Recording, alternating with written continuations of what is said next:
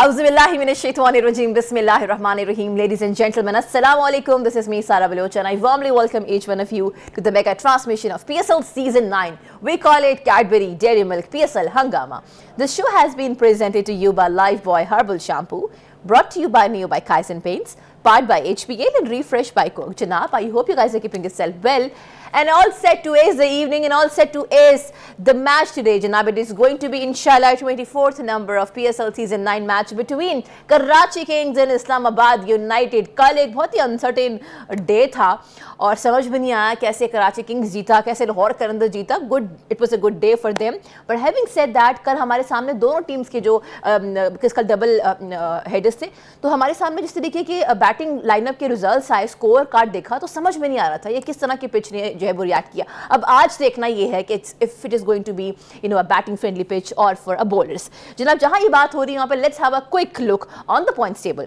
मुल्तान सुल्तान जनाब 8 मैचेस खेले, 6 जीते 2 हारे with 12 points and we have gotten quite a gladiators number 2 पे.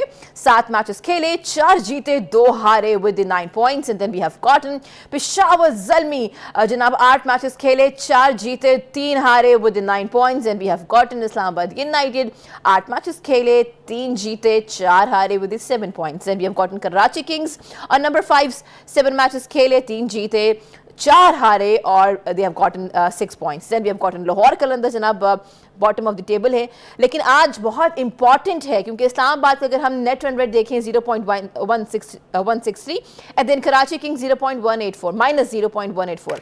कराची किंग्स को अपने आने वाले दोनों मैचेस जीतने हैं, आज का मैच भी जीतना है to qualify for the playoffs, और इस्लामाबाद चाहेगा कि वो अपनी जगह जो है ना बेहतर करें और बरकरार रखें. तो ये बहुत ही थ्रिलिंग मैच हो सकता है.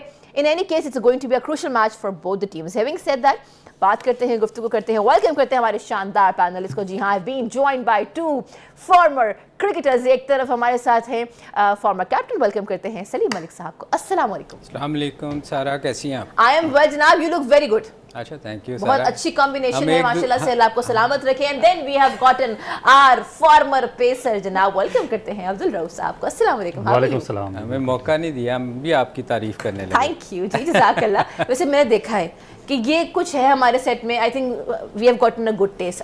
वो क्या कहते हैं, मुंह में मिट्ठू अपने, लेकिन अब वो लग रहा है ना. देखें कितने अच्छे ह्यूज पहन के आते हैं. तो रव जी जनाब, this was the pitch report and हम देख रहे थे किस तरीके से ही सेट के अगर मुझे चूज करने का ऑप्शन मिले तो I would rather bowl first. I come to you sir. आपने देखी पिच रिपोर्ट, क्या कहते हैं, डिसीजन ये सही साबित होगा? पिच के बारे में कुछ बताया नहीं, वो अपनी एक्सपर्ट के हवाले से चीज़ें काफ़ी सारी बताई, मगर कुछ चीज़ें मेरा ख्याल है कुछ बेहतर भी थी.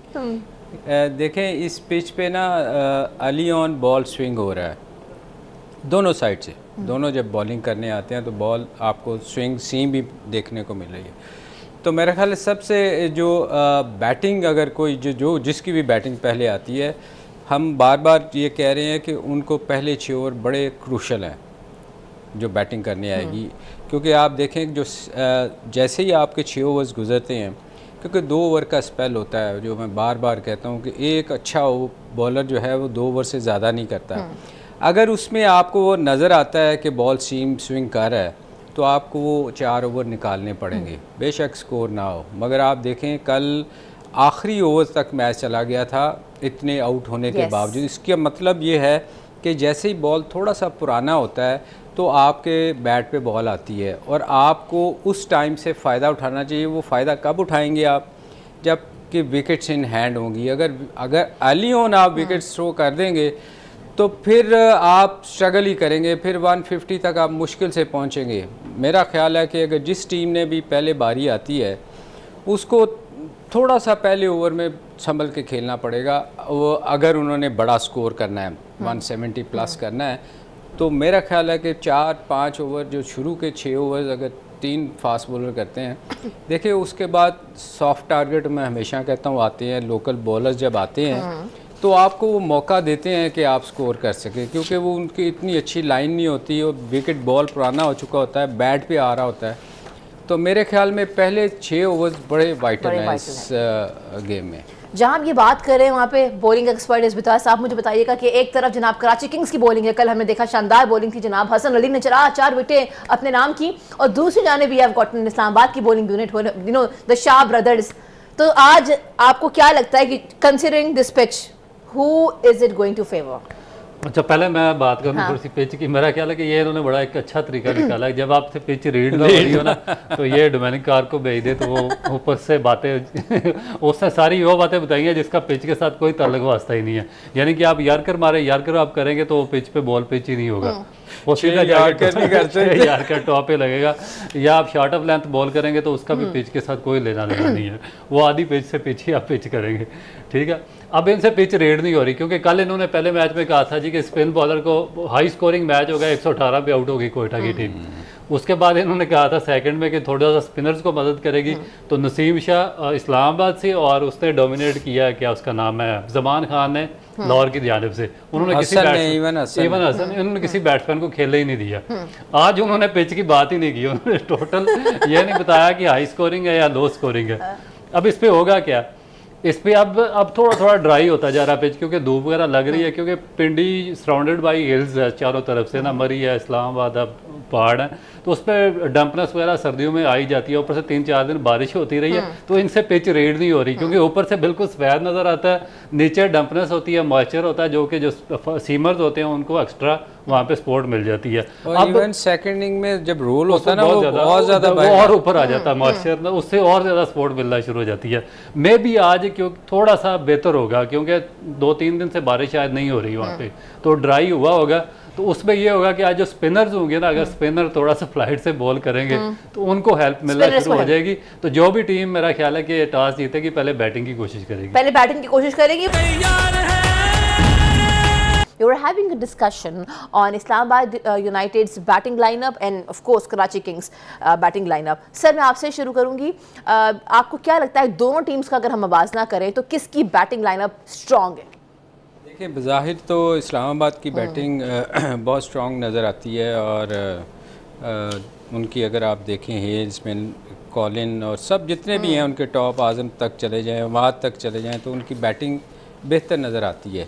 मगर कल की जो उनकी परफॉर्मेंस थी उससे मतलब कुछ भी हो सकता है, और उनकी बॉलिंग थोड़ी सी कह लें कराची की बेहतर है। मगर मेरा ख्याल में जो आपने बात की थी ना पॉइंट सिस्टम की, कि एंड में पॉइंट्स का एवरेज जो है उनकी, इसमें एवरेज नहीं आनी। मैं आपको एक चीज़ बता दूँ, इसलिए कि इनमें एक जो पॉइंट है ना उसने बड़ा फ़र्क डालना है। मैच इवन पॉइंट्स होने ही नहीं है। कराची और इस्लामाबाद के इवन पॉइंट्स होंगे तो नेट रन रेट पे जाएगी ना बात। एक पॉइंट ने बड़ा फ़र्क डालना है। मैं कह रहा था कि इस्लामाबाद के लिए बड़ी ये क्रूशल मैच है, इसलिए कि वो 8 खेल चुके हैं और कराची जो है वो 7 खेल चुकी है। तो अगर कराची जीतती है तो इस्लामाबाद में भी बाहर हो जाए होने के उसके ज़्यादा चांस, क्योंकि उसका 9वां मैच है। तो ये कराची, मैंने कहा था बड़ी अंडर प्रेशर खेलेगी, तो ये कराची को आज बड़ा संभल के खेलना। एक चीज़ और, शान मसूद और हम उनकी बात कर रहे हैं, बहुत सारे चैनल पे हम बैठे देख रहे थे कि उसके डॉट्स बॉल 50 के करीब वो स्लो खेल रहा है ना, बहुत जल्दी से कहा शादाब ने कि we are going to bowl first. अच्छा, जहाँ ये बात हो रही है वहाँ पे there are few changes, there are 3 changes in Islamabad squad. जना प्लेइंग 11 उनकी कुछ ऐसी है, एलेक्स हेल्स हैं, कॉलिन मुनरो है, सलमान अली आगा है, शादाब खान है, आजम खान है, हैदर अली की आज इंक्लूजन है, इमाद वसीम, फ़हीम अशरफ, मैथ्यू खेल रहे हैं, हुनैन शाह खेल रहे हैं, and then we have gotten Mills. So और जो कराची किंग्स हैं they are going unchanged. I come to you, ये जो चेंजेस आए हैं इस्लामाबाद के अंदर, आज Naseem is not playing, then Jordan Cox is not playing, then Rumman Raees is not playing. You think कि ये रेस्ट दिया गया है या ये परफॉर्मेंस बेस है? देखिए, मेरा ख्याल है कि नसीम शाह को मे भी रेस्ट दिया गया, क्योंकि जितने भी मैचेस हैं अभी तक सारे मैचेस खेला, 7 मैचेस उनके हो चुके हैं, तो उसका रेस्ट बनता था, तो उसको रेस्ट दिया। तो बाकी आप कह सकते हैं कि शायद रोमान रईस को रेस्ट दिया हो, मिल्स को लाए हैं, तो क्योंकि लास्ट मैच में दोनों ने बड़ी अच्छी बॉलिंग की थी, और जो मुल्तान इसके करीब गए थे लाहौर कलंदर के ये मैच, उस पर रुमान ने बहुत अच्छी बॉलिंग की है, इसने नसीम शाह ने बहुत अच्छी बॉलिंग की है। मगर एक चीज़ मुझे समझ नहीं आ रही कि 2 मैचेस अभी तक यहाँ पर बल्कि 3 हो चुके हैं, उसमें जो टीम पहले बैटिंग करती है वही मैच जीती है। कल लाहौर भी पहले बैटिंग करके मैच जीत गया, उससे पहले इस्लामाबाद ने मैच जीता मुल्तान सुल्तान के खिलाफ, वो भी टारगेट चेज़ नहीं कर सके, और आज फिर दोबारा शादाब खान ने टॉस जीत के फिर पहले बॉलिंग कर ली है। तो यानी कि इसको कराची को पहले बैटिंग करवा दी है, तो चेज़ थोड़ा सा मुश्किल हो रहा है, मगर फिर दोबारा वो चेज़ पे जा रहे हैं। तो इस लॉजिक की मुझे अभी तक समझ नहीं आई कि क्या वजह है, कि मैं भी सलीम भाई को एक्सप्लेन कर दें इसको। नहीं, मेरा नहीं ख्याल। इसको देखें, ये हमेशा कहते हैं कि हम कंडीशन के हिसाब से टीम सेलेक्ट करते हैं और खेलते हैं, तो इसको तो ये देखना चाहिए था कि पहली बैटिंग वाला तो जीत रहा है, और ये आई डोंट नो क्यों उसने किया है। अब और फिर इनकी आप देखें कराची की टीम में वो कह रहे थे शायद कोई चेंज नहीं किया हाँ, उन्होंने, तो इसका मतलब है कि पोलार्ड और वो इमरान ताहिर का हम सोच रहे थे कि यहाँ बेहतर एक्सपीरियंस प्लेयर थे दोनों, और वो दोनों नहीं खेल रहे। लेकिन इमरान ताहिर को सलीम भाई उसका है कि वो खेल रहा है जाहिद महमूद। जाहिद ने पिछले 3 मैचेस में बड़ी अच्छी बॉलिंग की है, तो उसका चेंज, हाँ मे बी ये एक वैरायटी बॉलर आ सकता था अगर ये करना चाहते तो। मगर मेरा ख्याल है वो होता क्या है कि जब आप जीतते हैं ना, तो आप चाहते हैं कि कम्बिनेशन आप ना ख़राब करें, क्योंकि एक विनिंग हैबिट जो होती है ना, वो चाह रहे होंगे कि अगर हम ख़राब करेंगे तो कुछ गड़बड़ ना हो जाए। तो मेरा ख्याल है उन्होंने ये सोचते हुए किया है। मगर इस्लामाबाद की, जैसे रऊफ़ ने कहा कि पहली बैटिंग क्यों नहीं कर रहे, क्योंकि 2 मैचेस जो भी आखिर सेकंड इनिंग खेल रही है वो चेज़ नहीं हो रहा उससे, तो ये एक स्ट्रेंज किस्म का डिसीजन है। सर मेरा ख्याल है कि वो जो पिच रिपोर्ट जब बता रहे थे, तो उनकी बात को उन्होंने सीरियसली ले लिया है कि अगर मैं यहाँ खेलता तो मैं बॉल फर्स्ट करता। Maybe he has listen to the pitch report. Anyways will have a discussion on it. In fact you can send us your messages, आपका नाम लेके आपका मैसेज शामिल किया जाएगा।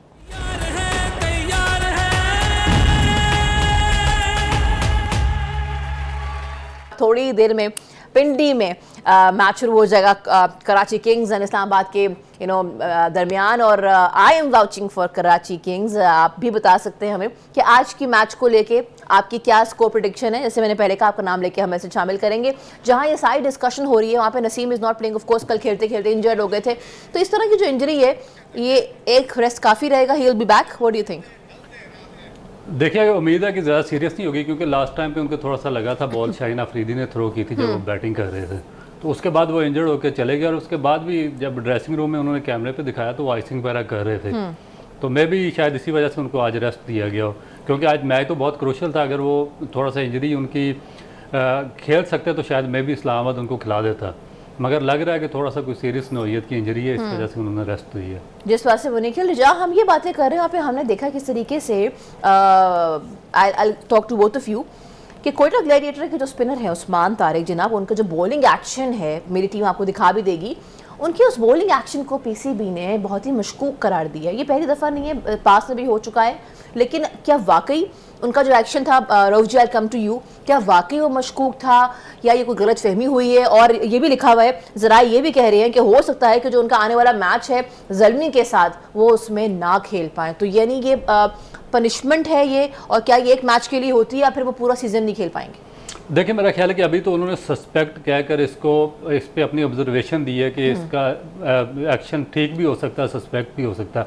अभी तो वो डिफरेंट एंगल से इसको चेक करेंगे और उसके बाद वो अपनी हतमी रिपोर्ट देंगे, आया ये आगे खेल सकते या नहीं खेल सकते। तो मेरा ख्याल है कि ये थोड़ा सा मुझे लग रहा है, क्योंकि जो मैंने इनकी पिक्चर्स वगैरह देखी हैं, क्योंकि इस पर बेसिकली जो आईसीसी के रूल्स ये हैं कि जब आपका कोई भी बॉलर बॉलिंग करता है तो एक हॉरिजॉन्टल एंगल बनता है आपके बैक पे बिल्कुल पीछे, यहाँ से लेकर जब बॉल आप डिलीवर करते हैं तो यहाँ तक आपका जो है जो बैंड एल्बो में वो 15 डिग्री से ज़्यादा नहीं होना चाहिए। तो इसमें मेरा ख्याल है कि इस एंगल से लेकर यहाँ पे इनका थोड़ा सा बनता है इस डिलीवर करने से पहले।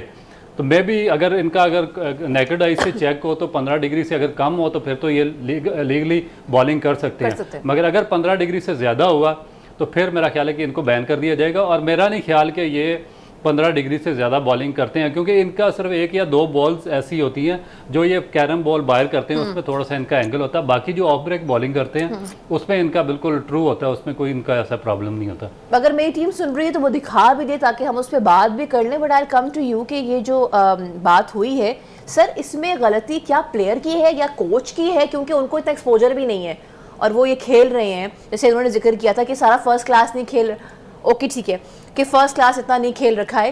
सो I really want to ask you sir कि गलती किसकी होती है इसमें? गलती आपकी और मेरी है।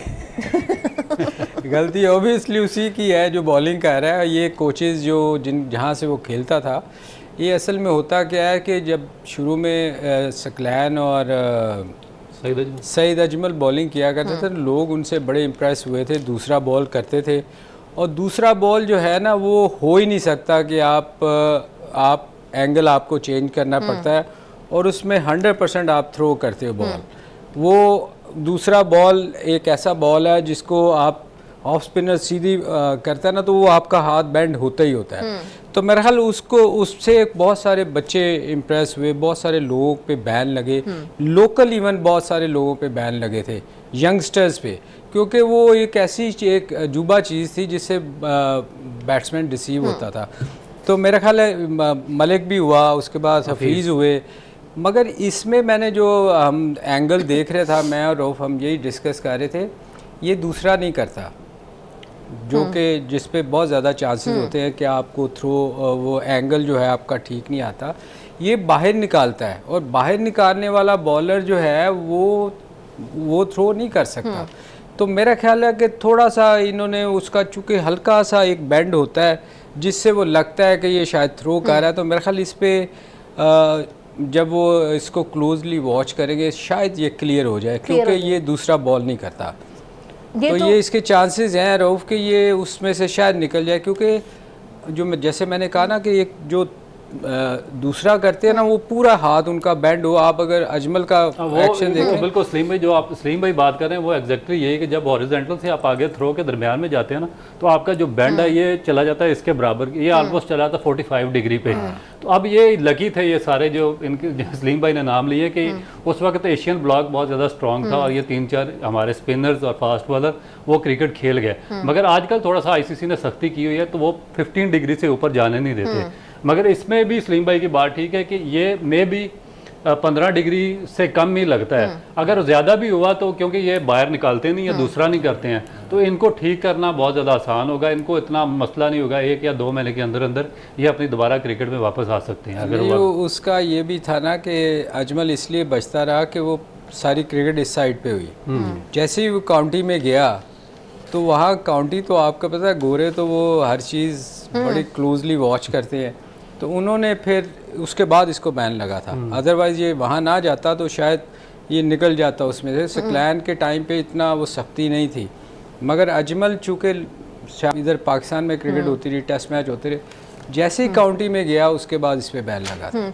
तो ये मुझे नहीं लगता कि इसका इतना ज़्यादा नहीं होगा। अच्छा, जहाँ ये बात हो रही है, we have to wrap up the show, लेकिन I want to talk about the skipper. जी हम आई थिंक आज जब बल्लेबाजी करेंगे, शान मसूद आएंगे, तो एटलीस्ट आज उनको जिम्मेदारी का मुजाहरा करना चाहिए, अगर तो वो ओपनिंग में आ रहे हैं, क्योंकि सर उनकी एवरेज देखें ना 7.71 है, कुछ हो ही नहीं रहा उनसे। अगर जिम्मेदारी का जैसे आपने कहा उनको रिस्पॉन्सिबिलिटी अगर लेनी चाहिए तो मेरा ख्याल उनको आज ओपन करनी नहीं चाहिए थी। दो अच्छे गोरे जो हैं उनसे ओपन करवाना चाहिए। वेंस है और टिम है, ये अगर वो टीम के लिए बेहतरी चाहते हैं तो वो नीचे आके बेहतर खेल सकते हैं बजाय कि ओपन करें, क्योंकि उनका स्ट्राइक रेट भी देखें।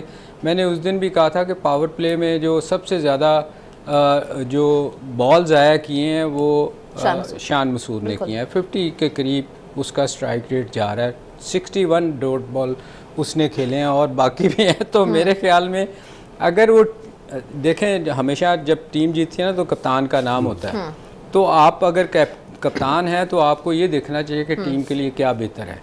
तो मेरा ख्याल अगर वो नीचे 1 डाउन खेले तो ज़्यादा बेहतर है बजाय ओपन करने के। थोड़ा टाइम है, 1 सेकंड टाइम है नहीं, बस 1 सेकंड। मेरा ख्याल है थोड़ा सा सेक्रीफाइस एज ए कैप्टन उनको करना चाहिए, क्योंकि टिम सेफर्ट और उसके बाद विंस को ओपन करनी चाहिए और डुप्लाई को 1 डाउन आना चाहिए। और नीचे शान मसूद अगर रेस्ट कर लें तो मेरा ख्याल है कि उनकी टीम के लिए बहुत बेहतर होगा। ये बड़ी बात कर दी है जनाब। On this note I will have to take a break.